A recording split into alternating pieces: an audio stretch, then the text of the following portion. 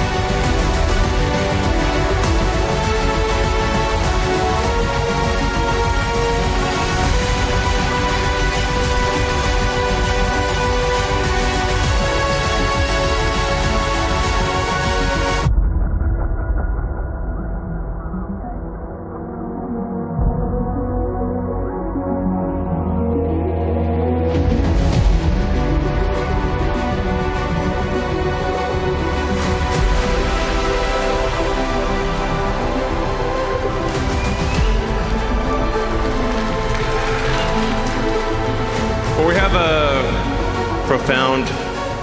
profoundly important announcement to make, which is the most epic chip-building exercise in history by far.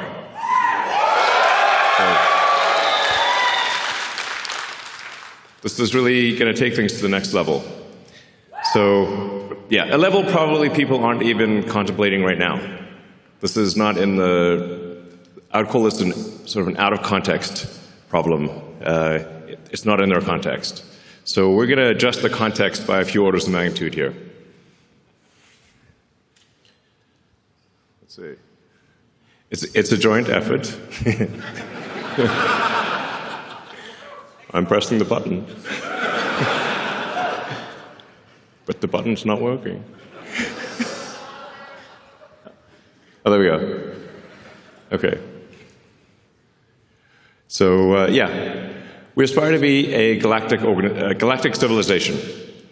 So I think the future that everyone, well, most people, I think, would agree is the most exciting is one where we are out there among the stars, where we are not forever confined to one planet, that we become a multi-planet species,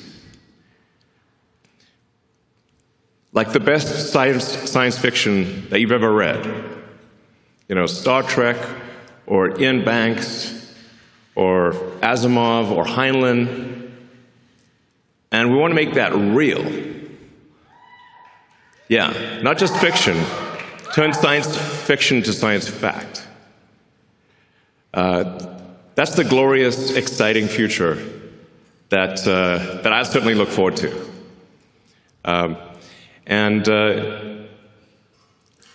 It's worth considering sort of like, how would you rate civilizations? You know, there was a physicist, I think he was Russian, in the 60s, Kardashev. He thought about, at a high level, how would you consider any given civilization? And he said, well, if you're type 1, you're using most of the energy of your planet. And we actually still have quite a ways to go to be properly a type 1. We're still using a tiny fraction of the sun's energy that reaches our planet. Let's see. Yeah, there we go. But the Earth only receives about 0.5 billionth of the sun's energy. So the sun is truly enormous. The sun is 99.8% of all mass in the solar system. So sometimes people will ask me, like, what about, you know, other sources of power on Earth? Like, what about fusion on Earth?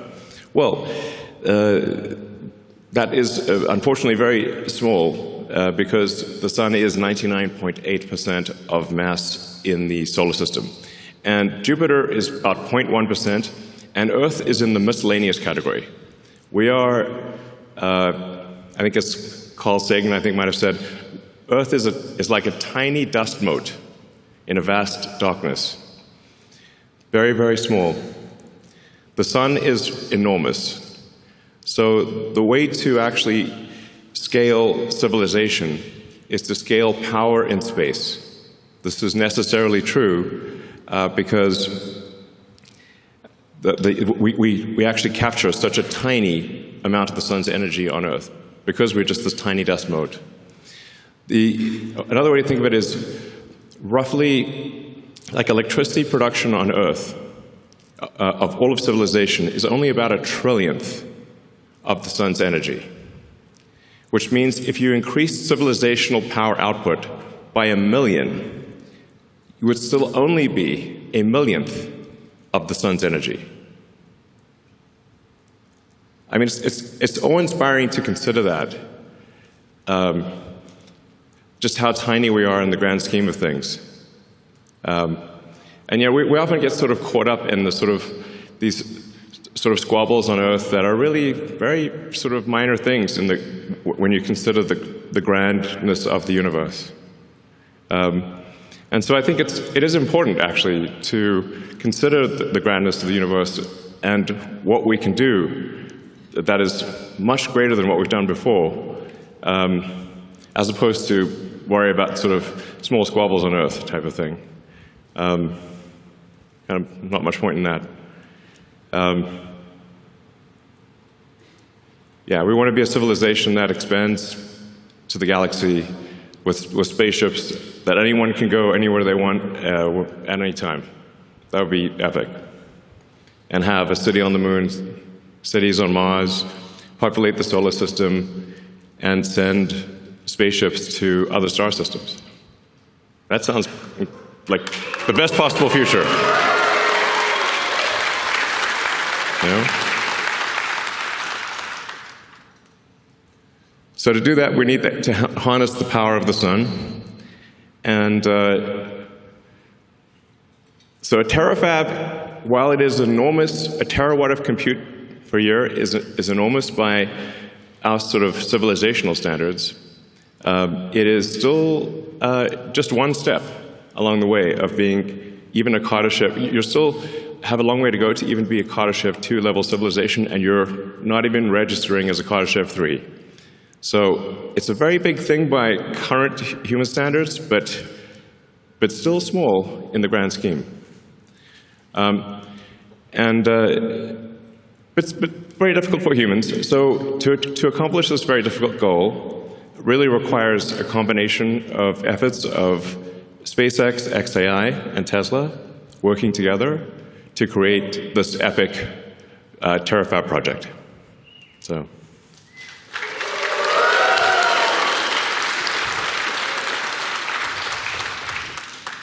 And Tesla and XAI and SpaceX have all done amazing things that people did not think would be done before. So there's the Giga Texas fab here. There's the Optimus robot that's being built. There's a global supercharging network. There's really quite a lot. And it wasn't that long ago when people thought electric cars wouldn't amount to anything. And there were basically no electric cars for sale when Tesla started.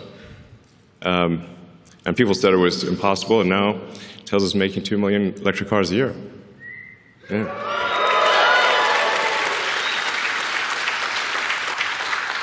And then XAI, although it's a new company, now part of SpaceX, has also built the first gigawatt-scale compute cluster, which in record time. Jensen Huang from NVIDIA said he'd never seen anything built so fast in his life before. So a great compliment from NVIDIA. And then SpaceX, well, I guess you can read it for yourself. Well, you already know. I mean, the reusable rockets, people said that reusable rockets weren't possible, and even if you did do them, they wouldn't be economically feasible. So we did them, and then we made them economically feasible. And now we've landed over 500 times. And then we did the Falcon Heavy, and now we're doing Starship. And Starship is a critical piece of the puzzle, because in order to scale compute and scale power, you have to go to space, which means that you need massive payload to space. And Starship will enable that. So this gives you sort of just a sense of scale. We've got Optimus there, Optimus for scale. Optimus is about 5'11", so it gives you a sense of the size of the Starship V3 rocket.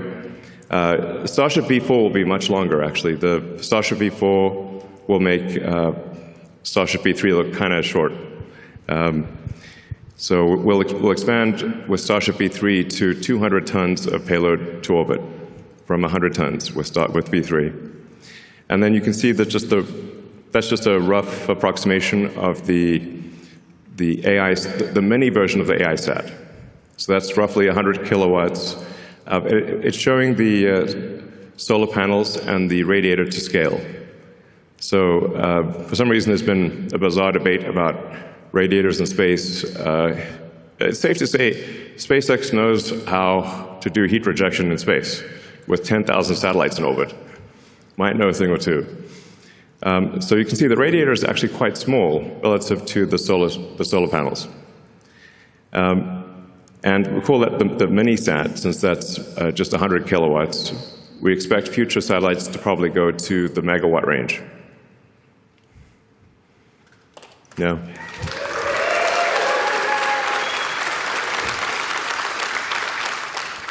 So in order to get to the terawatt of compute per year, you need about 10 million tons to orbit per year, and at 100 kilowatts per ton.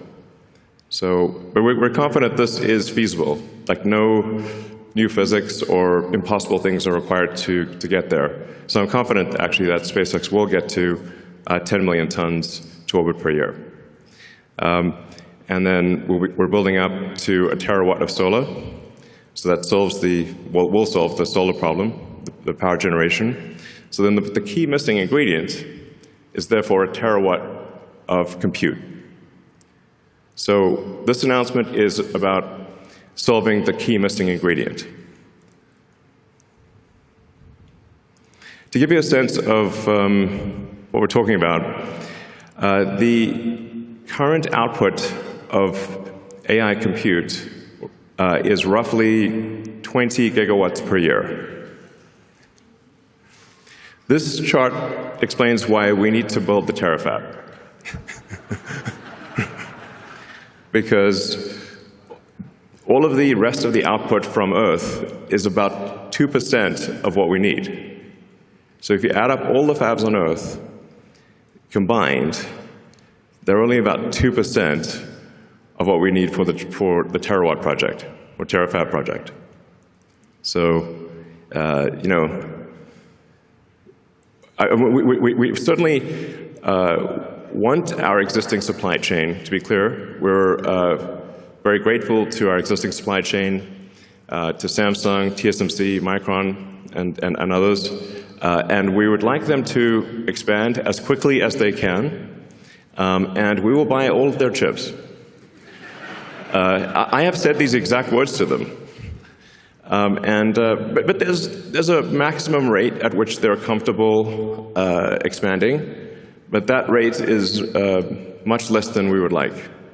And so we either build the TERAFAB or we don't have the chips. And we need the chips, so we're going to build the TERAFAB.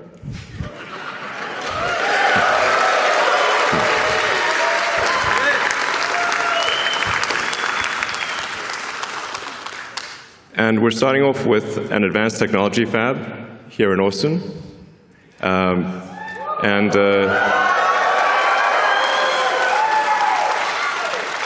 I believe Governor Abbott is in the audience. I'd like to thank Governor Abbott and the state of Texas for their support.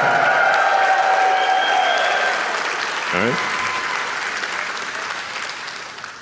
So in the advanced technology fab, we will have all of the equipment necessary to make a chip of any kind, logical memory, and we will also have all of the equipment necessary to make the lithography masks. So in a single building, we can create a lithography mask, make the chip, test the chip, make another mask, and have an incredibly fast recursive loop for improving the chip design. To the best of my knowledge, this doesn't exist anywhere in the world. where you've got everything necessary to build logic, memory, and do packaging, and test it, and then do the masks, improve the masks, and just keep looping it. So, and we're not just going to do conventional compute in this. I think there's some very interesting new physics that is potentially, that actually I'm confident will work. It's just a question of when.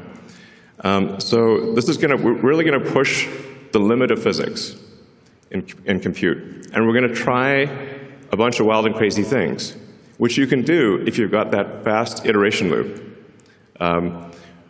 That I can't emphasize enough the importance of being able to make a chip, test it, and then change the design, do another one, and have that in a single building. I think that our recursive improvement with that situation is probably an order of magnitude better than anything else in the world. Yeah.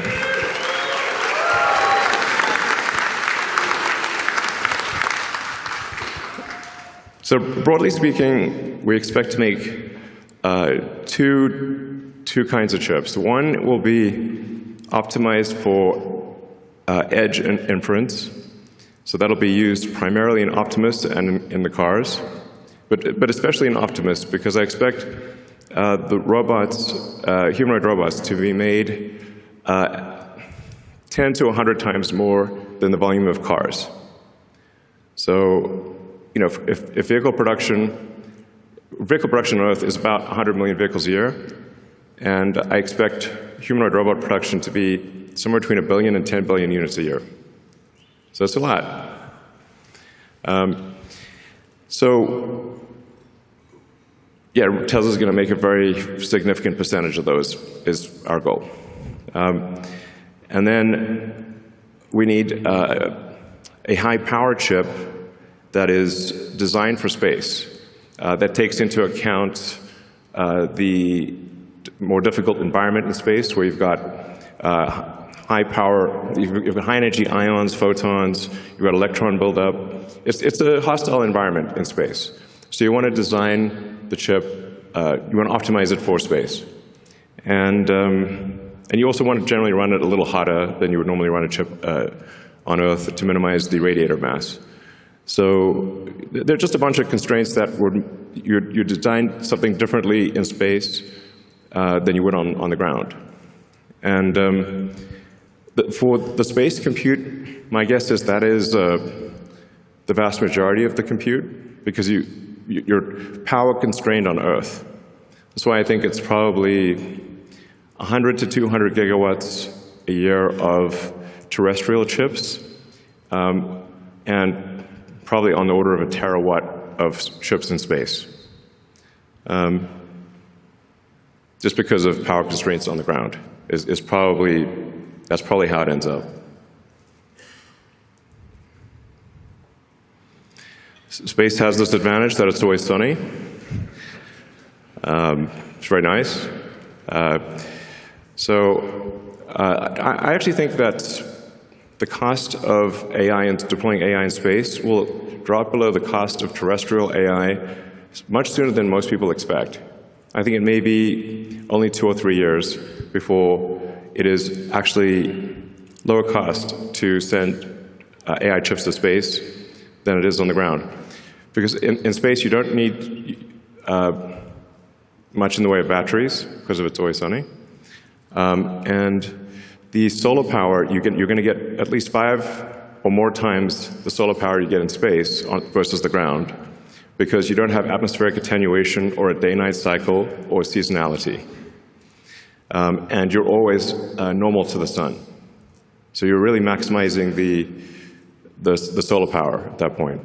And the space solar actually costs less than terrestrial solar, because you don't need heavy glass or framing to protect it from extreme weather events.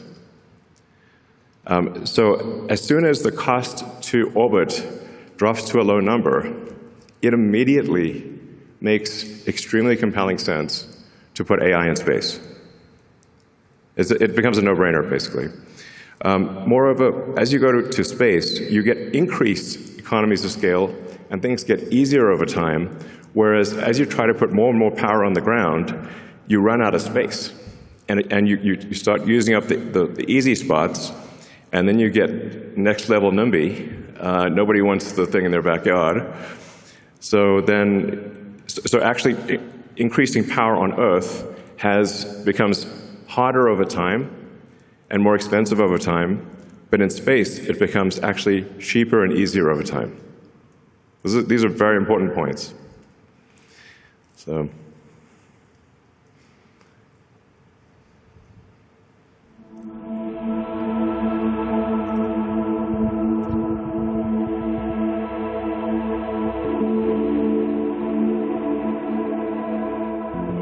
Yeah.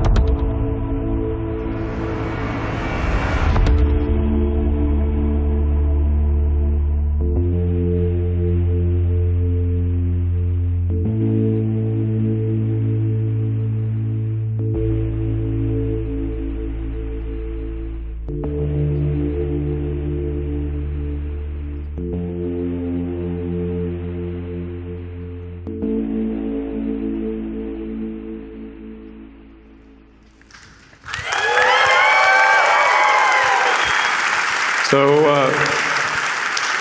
what you just saw there was, because of course you're asking what's on your mind is, well, what do you do after a TERAFAB?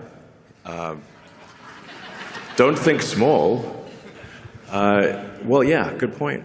So we, how do you get to a petawatt is the obvious next question. And you get there by having an electromagnetic mass driver on the moon with robots, with Optimi, and obviously lots of humans. And with that, you can send a petawatt.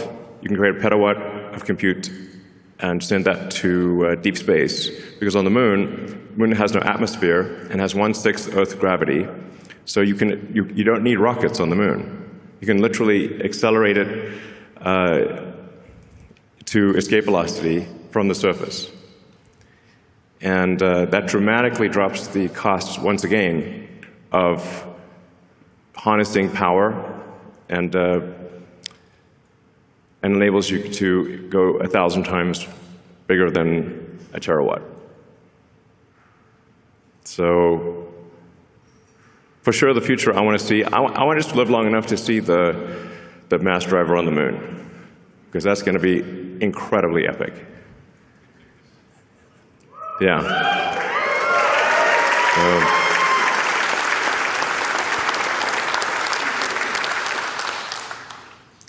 That should hopefully get us to 1/millionth of the sun's energy, at least. Humbling to think about that. But 1/millionth of the sun's energy would be 1,000,000 times bigger than Earth's economy, so it's good from that perspective. And then, yeah, you expand beyond that to the planets, to the other stars, and create the most exciting possible future that I can imagine. So.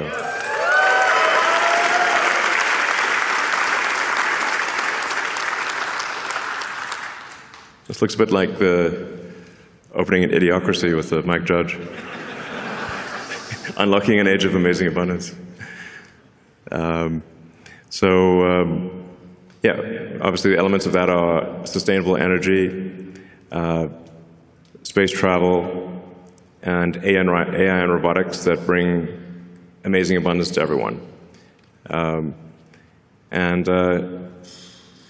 It's really the only path to amazing abundance is AI and robotics, which is not to say it can't go wrong. Hopefully, but I think it'll probably go right, and it'll be a future that you love.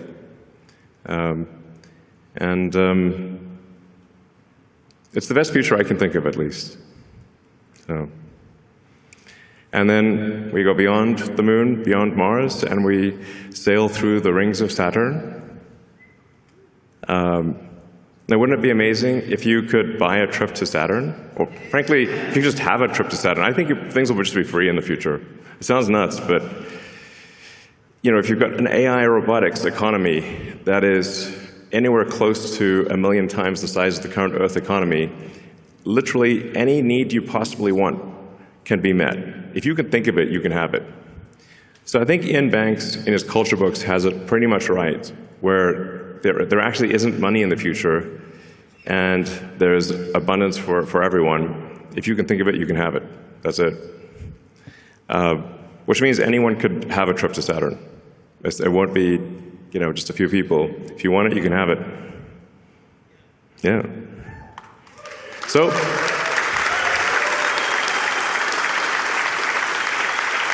yeah, join us on this journey, and help us design incredible chips and make incredible chips and build a terawatt of chips, a terawatt of solar, and 10 million tons to orbit per year. Thank you.